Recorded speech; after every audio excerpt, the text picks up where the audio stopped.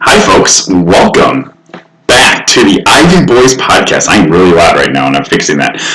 Welcome back to the Ivy Boys podcast. I am your host, Chipper Lewis, and as always, I am joined by my co-host, Joel Fry. Joel, long time no talk. I think we're about 2 months since the last time we did this. How's it going, buddy?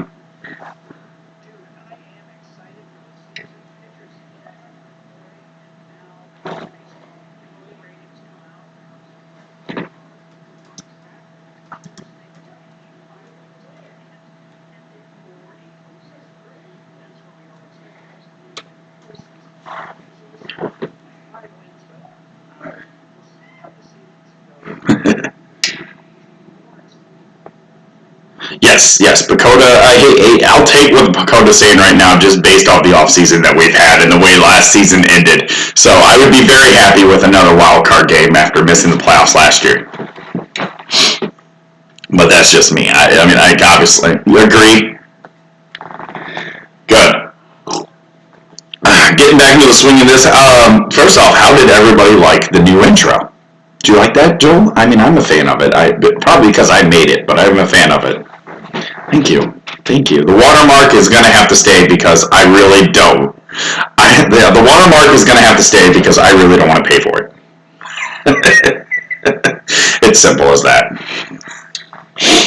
I don't want to pay for it, so the watermark stays. It's just something I played around with. I really enjoy it. So, it gives a little twist for the new season, which we are back, Joel. We are back, and I am so excited that we're back. I'm sick of writing blogs and stuff like that.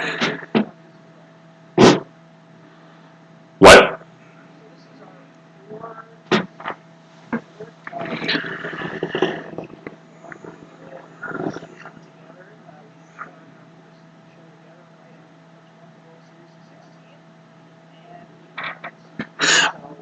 That's right. Yes, actually, our first episode was the beginning of the World Series in 2016. Our most famous episode, the day after the Cubs won the World Series, that was our second episode ever together. So, yes, it has. So, pitchers and catchers reported. Very excited about that. Let's dive into the first part of that, the pitchers. We know the rotation now. We know who the fifth starter. It's his to lose, unless, of course, Tyler Chatwood has a horrible spring. It is his job to lose. He will be the fifth starter going into the season. Joel, what are your thoughts about Tyler Chatwood getting himself back into the rotation after not being in it last year?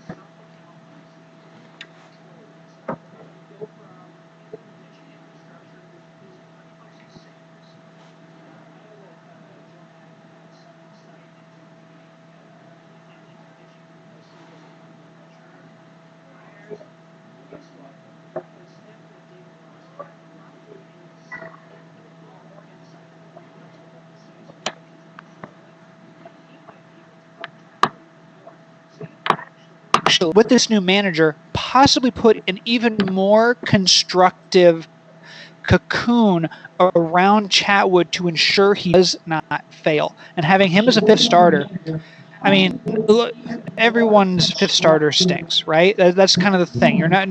Very few teams have a great 1 through 5. But if you have a guy who has nasty stuff, major upside, and isn't that old, I feel good about that as the fifth starter, and it does bolster the Cubs' rotation if he is what the Cubs paid for. Yeah, I mean, absolutely. I mean, the way, like you said, the way he pitched out of last season really tells me that he might be able to turn this around and be better, and then maybe get the guy that, like you said, the Cubs expected, that they're paying $13.5 million for to be their fifth starter. And I know we were experiencing technical difficulties there for a second with Joel's mic. He is back, just so everybody now we can hear him. So, Joel, no one could hear you because I pushed the wrong button apparently.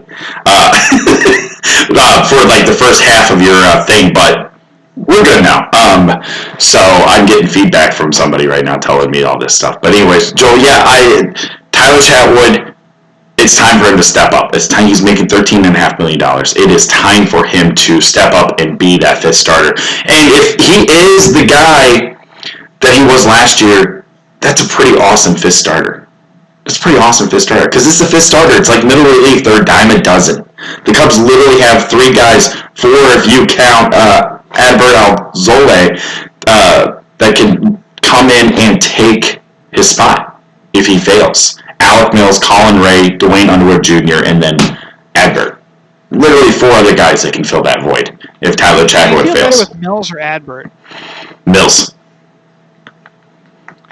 I feel good with Adbert Alzolay as a fifth starter too. Honestly, I mean, he showed you something. Although that was 2-3 appearances where he was strong, and the rest of the time he struggled. I root for Chatwood to do well because he is a guy who faced adversity. He talked about it openly, and he has such great stuff. Your team is much better if he is the fifth starter that you want him to be, and then you can throw Alzolay or Mills in that bullpen with starter level stuff, and hopefully, get them the inning or 2 innings that you need out of them when Chatwood starts. Because even when he's good 5-6 innings of really effective baseball, he just, by virtue of the kind of pitcher he is, he's going to get up to 95 pitch 100, and he's not going to be the innings eater that you're going to hope from the guys number 1 through 4 in the rotation. Right, exactly. And you know what? And you're not looking for an innings eater with your fifth starter. You're looking for a guy who can get you 5 to 6 innings, which is why a guy who's out of options in Dwayne Underwood Jr. is going to have a huge role for the Cubs this season. Because he can be that fill guy. He can be the guy when Lester only goes 3. He can be the guy when your fifth starter only goes 4 or 5. And Dwayne Underwood Jr. has the potential to be really, really big part of the Cubs this coming season. Yeah. Mills, I think, is out of options too, isn't he? I might have only been thinking of Underwood, but either way, you got a few guys there who are going to have to be on the major league roster, and you just hope for the best from them. Rowan Wick, is that real? Is what we saw from Rowan Wick last season legitimate? Because if it is, you've got something really special. You saw kernels of greatness with him. Kernel greatness is also a great Confederate. That is a great. I love that general. That was a good general for the Confederacy. I mean, as good as you're going to get. I mean, they did lose. Mm-hmm. We're not. Right. We are not. By the way, wait. Disclaimer. I just want to point out we are not pro-Confederate on this podcast. I just want to point that out. We are not. No, gosh, no. We're not those guys. Yeah. So Dwayne Underwood Jr. Who? I'm sorry, Alec Mills, right? Is that what you said? And then of course Rowan Wick. Gosh, if he's that guy, if he can be your 8th inning guy. Okay, let's go from the rotation really quick. Let's go to the bullpen because the Cubs did add a very interesting piece in Jeremy Jeffries. Major league deal, $860,000 with incentives, of course, that get it over $1 million. Coming off a horrible year, but he was injured. He was coming off an injury. You know, he wasn't the guy 2 years ago at the All-Star break. But the potential is still there for Jeremy to be that guy that was in the All-Star break. 2 years ago, where he was an All-Star, we had an ERA of, I think, like 1.78 or something ridiculous like that for the Brewers. if Jeremy Jeffries can 1.29, 1.29, even better than what I said. If he can be that guy again, or even remotely close to it, he doesn't even have to be that guy. Remotely close to that. Rowan Wick is that guy that he was last year. Kimbrel goes back to his form. That back in the bullpen is one of the best in baseball. Then, am I wrong? One other acquisition the Cubs may have may reap the benefits of this offseason is Brandon Morrow, a guy who did not pitch 2019. He, looks like he might be healthy enough to start the season. We're hoping, fingers crossed. He's a guy who, when he was with the Cubs, when he pitched through August of 2018, he was super automatic. That was maybe the most comfortable I've been with a Cubs closer since Joe Borowski back in 2000. I haven't felt that good about a guy just coming in and shutting it down. Not even Wade Davis? Wade Davis I feel great about. No, okay, so here we go. Wade Davis, not necessarily a 1-2-3 guy. He felt like allow a base runner every now and then. But Morrow, it was good morning, good afternoon, good night. And Davis would be the guy before since Borowski who I was most comfortable with. But I liked Morrow even more than Wade Davis at the end of games. Obviously, Chapman, you felt good about the first couple of times out, and then he gave like a ringing double down the left field line against the Brewers one day in 2016, and I didn't feel as good about him since then. Like it was like Apollo Creed bleeding in Rocky 1, where you go, oh, he's human. He's going to tank it all. He's going to go out there and he seems beatable. That's the way that Chapman felt. But, yeah, with Morrow, he just felt invincible when he was out there. And if you can get some semblance of that, make him your eighth inning guy, because you're not going to – no, I don't care how good Morrow is. Kimbrel is your closer. Yes. So if you do Morrow, Kimbrel in the eighth and ninth, that's – I'm gonna digress here just for a second, because that's one of those things that the Cubs are so up in the air because their upper echelon, like the Cubs ceiling, is as good as any team in the National League. They are a top 3 team in the National League in terms of their ceiling, but there are so many unknowns because of the inconsistency in these the last 2 years. That if things click, and every team in this time of year starts to dream like, if everything goes well, then we could win 90 games. No, the Cubs have proven World Series contending championship pedigree up and down their lineup, rotation, bullpen, everywhere in there. And not a lot of teams can say that. Not a lot of teams have the potential wins above replacement that they do at so many different places on the diamond and in the bullpen. Morrow is a piece of that. Jeffers is a piece of that, man. You get him from 2018, I would be thrilled. If you get him from 2016, I'm thrilled. He was really good. Like last time with the outlier, where he was injured. He was injured. His career in his 20s. He's 31 right now. Look at him in 15, 16, 18. Really good years up and down there. So he could be a found guy at his price. It's really exciting what could be going on with the bullpen. Yeah, it can be really exciting, but it also can be really, really bad. Yes, there is a possibility that Kimbrel is as bad as he looked last season way too often. Probably the worst stretch of baseball of his career. Holding out for more money was part of that, even though him holding out for money is what got him to the Cubs. Right. So if he looks, his control issues, I think, are real. I do think we've got 2 years of sample size where he just has not been the strike machine that he was earlier in his career when he was with the Braves, and I worry about that. Now, his stuff was totally nasty last year, absolutely. But he was super hittable, gave up a ton of home runs, more than he's ever given up. A product of the baseball, yes, but also he was giving up too many multi-run homers, a lot of walks in there. So get him back to where he needs to be. He's not too old. The time has passed him by. He should be good. And yeah, it's a worry because you're 100% right, Chipper. I agree with you that the flip side of that coin is utter catastrophe in the bullpen because guys can't throw strikes or they're getting taken out of the ballpark too often. Well, it's simple as this. If the bullpen is as worse as they could be, which is bad, let's say Wick doesn't have like declines big time. Let's say Jeffries doesn't come back to form, Kimbrel, Morrow, all these guys don't come back to form. The Cubs are a 4th or 5th place team. It's simple. It's simple as that. It's simple as that. I would say 4th. There's no way they're going to be as bad as the Pirates. Oh my gosh, that's a whole. You know what? Save that thought, because I do want to talk about what the Pirates are doing. Okay, so we're going to take that, pick that up, put it over here for a little bit. Okay, we got to save that because I'm annoyed by what the Pirates have done. But anyway, so the bullpen. I mean, that's. They're going to sign me to a minor league contract. Yeah, I think I have a shot. I really do. You know, it's funny because there was this independent league team. No, we're not doing this because I want to save that for that segment. Okay. But no, the bullpen, I think basically that's how the Cubs live or die with this year, is how good the bullpen is going to be. I don't think it has to do with the offense. I'm not worried about this offense. I'm really not. I think Bryant is going to be healthy. He's going to be back. Rizzo's healthy. He's going to be back. Baez is healthy. He's going to be back. And then you throw in Wilson Contreras and the possibility, the more than likely scenario that we get the second half Kyle Schwarber.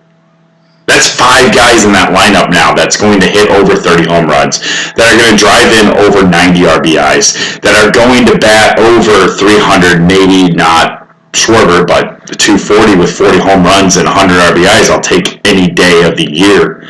And then you have guys like Jason Hayward. You know exactly what you're going to get with Jason Hayward. And the one guy that I am unbelievably excited about, and I think has a massive breakout year this year, Ian Happ. I think this is going to be Ian Happ's. His pearls look great. Yes, this is going to be his coming out party. That's what this is.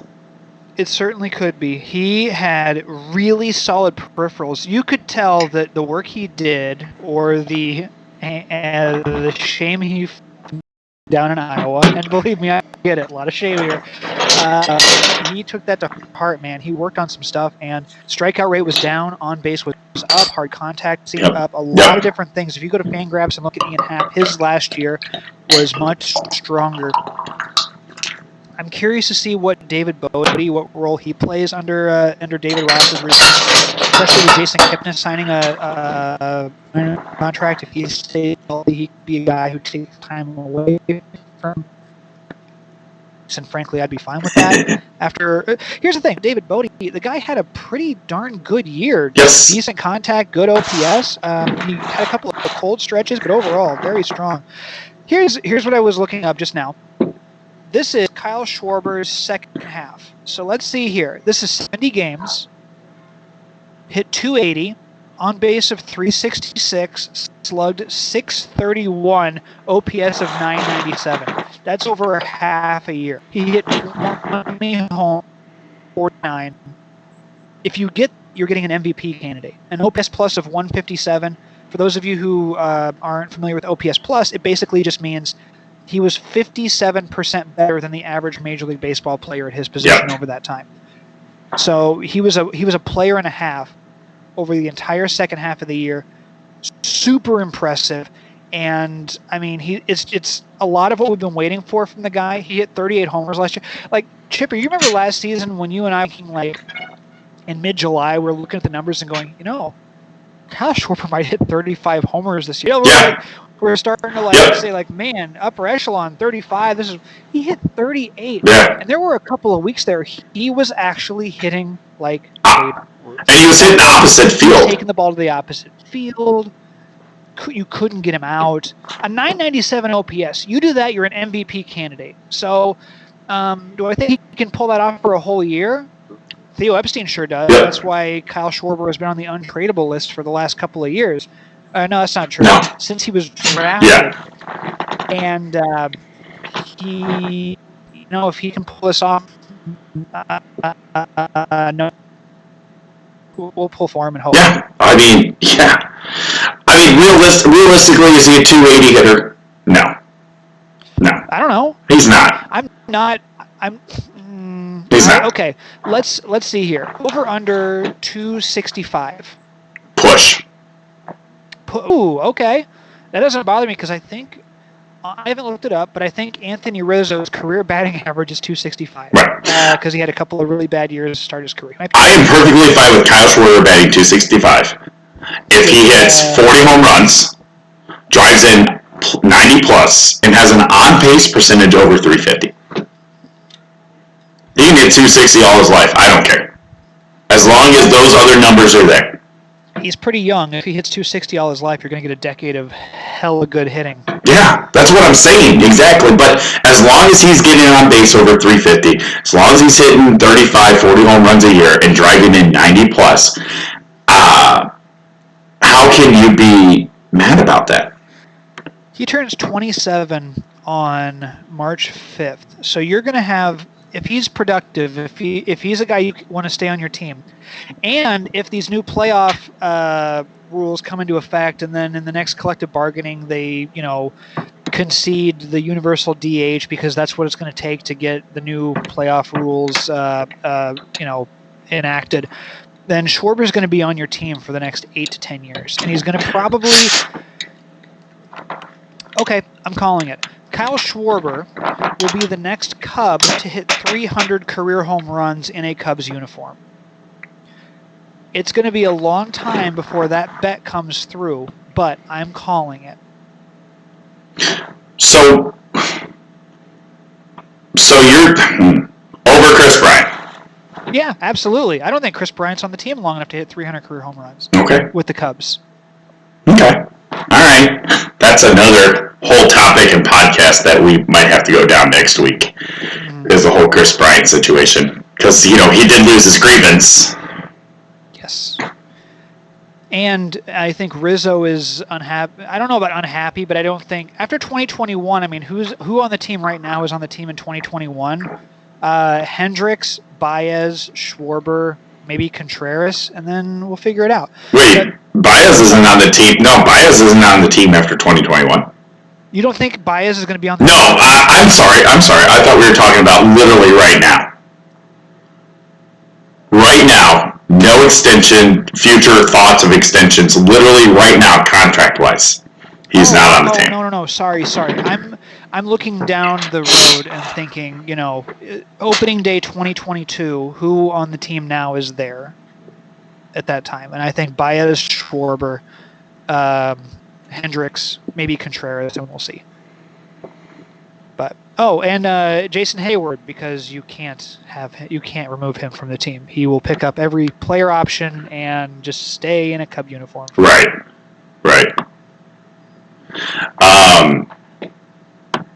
Okay. Yeah. Sorry, I'm getting feedback. No, you're good, man. On my microphone. My microphone apparently is not working right. So they can still hear me, but it's staticky. So, Joel, I'm going to ask you this, and I'm going to talk very quietly, and maybe this will help. I'm going to ask you this, and while you're answering it, I'm going to try to fix this. So, realistically, is this team a playoff team? And realistically, are they a contender for a championship?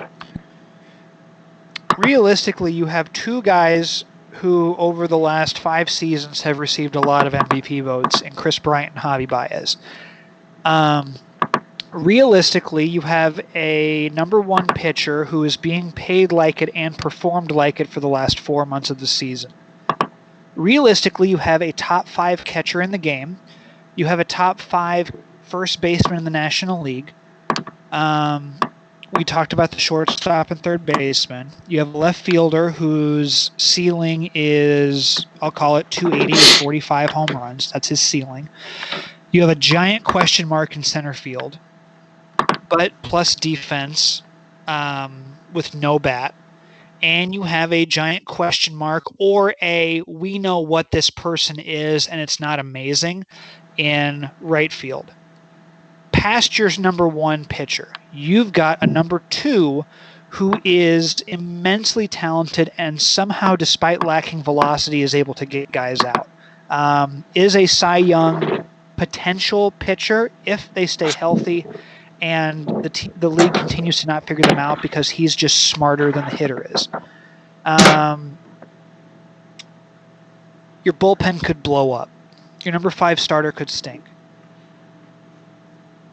I think they're a playoff team. I don't know if they're a World Series contender. Can they get to the NLCS? Yes, if everything breaks right. But I don't. Can they avoid the wild card game? Can the Cubs win the division? Yes, the Cubs can win the division because even though the Reds look really great on paper, I'm going to have to see it to believe it for a full season. That's why. That isn't even all that. That's based on nothing other than a lot of new pieces. Let's see how the lineup fits together for the Reds. You can be afraid of them. Well, no, you can respect them, but I don't think they've earned fear yet. There are guys on the Cubs that you can fear. You can be afraid of throwing certain pitches to Javi Baez. You can be afraid to throw certain pitches to Rizzo and Bryant, and you can't coast for a 3-game series or 2 games out of 3 games against that rotation. So the Cubs have a higher ceiling. The Reds might have more. I don't know even if they have more talent. They just have more exciting new pieces. I think the Cubs can win the division. I would put the Cubs win the division at about a 55% chance. I would give them better than even odds to win the division. You win the division, you get in the playoffs, anything can happen. Well, absolutely. Anything can happen if you get in the playoffs. Okay, we'll see if this works. We'll see if this is better. I think it might be better. So I'll take 50%. I'll take 55%. I'll take that over that. The way that the last 2 seasons have gone, I will take over 50% all day. Right. All day. Because I will too. Because I just feel like half's going to take off. We know what Schwarber capable of. We know Bryant, like I said in the beginning, Bryant, Rizzo, Contreras, Baez, they're all healthy. They're all going to be there. I feel like it's there. I feel like it definitely could be, and yeah, I really like this team. I do too. By the way, Chris Bryant was great last season. So he hit 282, 31 homers. He was worth 3.6 wins. He was great last season, and I'm just excited and happy and thrilled that he's back with the team this year. I mean, let his career arc continue the way it's been. He's great. A 903 OPS last season. Much, much better than average at third base. Just a really good player. And Cubs fans should feel lucky. I mean, even if he's gone after 2021, even if he has hard feelings, he's not going to carry those hard feelings onto the diamond. He's going to try and win ball games. He's going to do the best he can while he's in the batter's box. I hope that Cubs fans don't boo him on opening day. The guy helped you win a World Series. He is the nicest player on the team. He is a genuinely good person.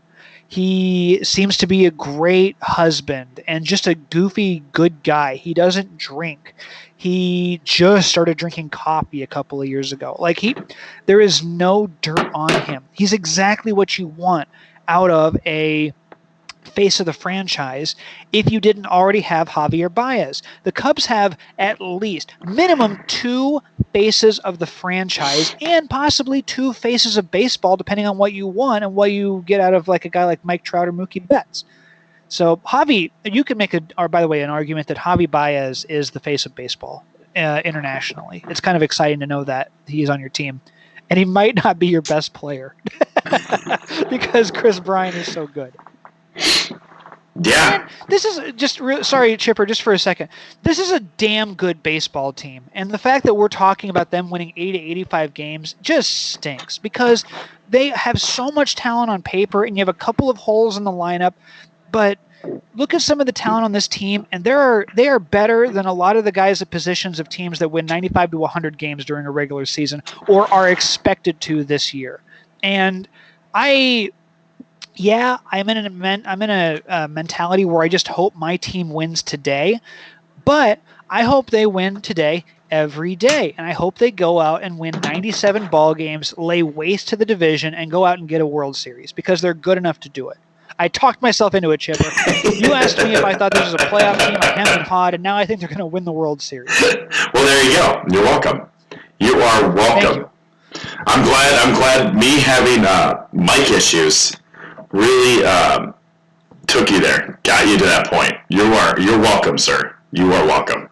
I'm happy for you. I really am. And I hope And I hope the Cubs beat the Angels in the World Series. It would be pretty cool to see the Angels in the World Series, wouldn't it? It'd be cool to see Joe Madden managing a team against you in the World Series and going, oh, good, he's going to ruin his bullpen at some point. This is excellent news. Joel, I hate to do this because we're experiencing horrible technical difficulties on my end. So we're going to have to cut this short. That's fine. Okay. That's all right. We said that we wanted to do about a half-an-hour show. It's the first show of the season, so I'm Yeah. Joel, I'm going to need you, because they really can't hear me, so I'm going to need you to go ahead and do the Twitter handles and stuff. All right, so we are going to call it a night here, and just wanted to let you guys know that you can follow us on Twitter. The show is at The Ivy Boys. My Twitter handle is at Fry Sports Radio. I don't tweet all that much anymore, but I do throw some stuff out there. And of course, once baseball season starts, I will be getting into stats and figures and just likelihoods of things. You can find Chipper at Chipper Strike 3, just the number 3. And you can follow us on there all the time. Don't forget to go to theivyboys.com. Brought to you by Rebecca Lewis of Caldwell Banker Gundecker. So go to RebeccaSellsDreams.com and buy your dream home today. If you're looking to buy or sell in the St. Louis area, nobody is better. No one is more professional. No nonsense, I've heard. She absolutely is skilled, and she's going to handle your ambition, whether it be buying or selling your home. She will do it aptly and studiously. So definitely give her a ring, give her a call, or go to RebeccaSellsDreams.com. You will not regret it. You're going to get the home of your dreams in the St. Louis area. And aside from that, we are both obviously excited for the Cubs season to start with pitchers and catchers reporting. You can catch some spring training games as we are going to, and then we will discuss them here. What we like, what we don't like, who we're seeing on the 40-man roster that's interesting to us, who we think is going to make the big league team against all odds, what we see out of David Ross. That's going to be a big storyline through the first month of the regular season, and of course in spring training. What are some of his tendencies? What are we picking up? You don't get a whole lot out of spring training, but it is certainly worthwhile to check it out. I'm Joel Fry on behalf of the it's a shame because I wanted to get more of Chipper's thoughts on this, but we will get more of Chipper's thoughts as we go along, of course. Chipper Lewis, myself, Joel Fry. Thank you guys so much for tuning in on YouTube. We will catch you later, and don't forget to go to theivyboys.com. You have a good night.